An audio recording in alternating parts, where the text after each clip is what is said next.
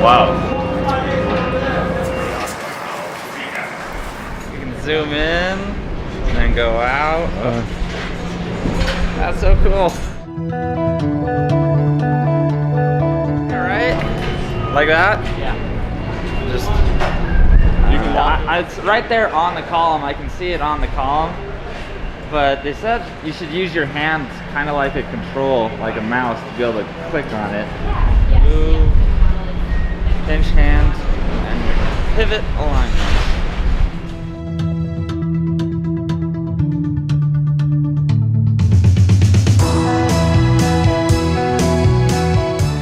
Just slide this on. Use it almost like a welding hood, but just for quality control checks, for layout. I mean, I'm constantly measuring with the model on my iPad. Coordination would be the main phase that would help for us.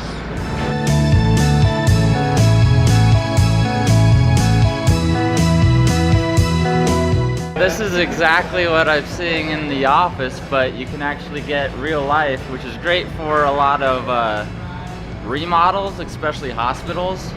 Because a lot of times there we can't even see what's already been built.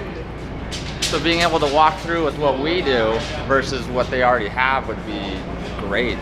Well, obviously on the blueprint you don't have 3D, so you can't see layers on it. You can only see like an overhead looking down.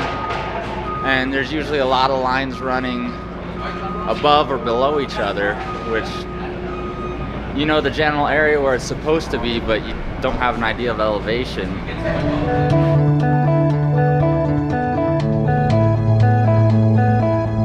The best one I can see is definitely for remodels where we don't know what's already there. So then we could use this to really get an idea of how we need to coordinate around what's already there. So we got a duct squeezing between those two conduit racks right there. That's awesome.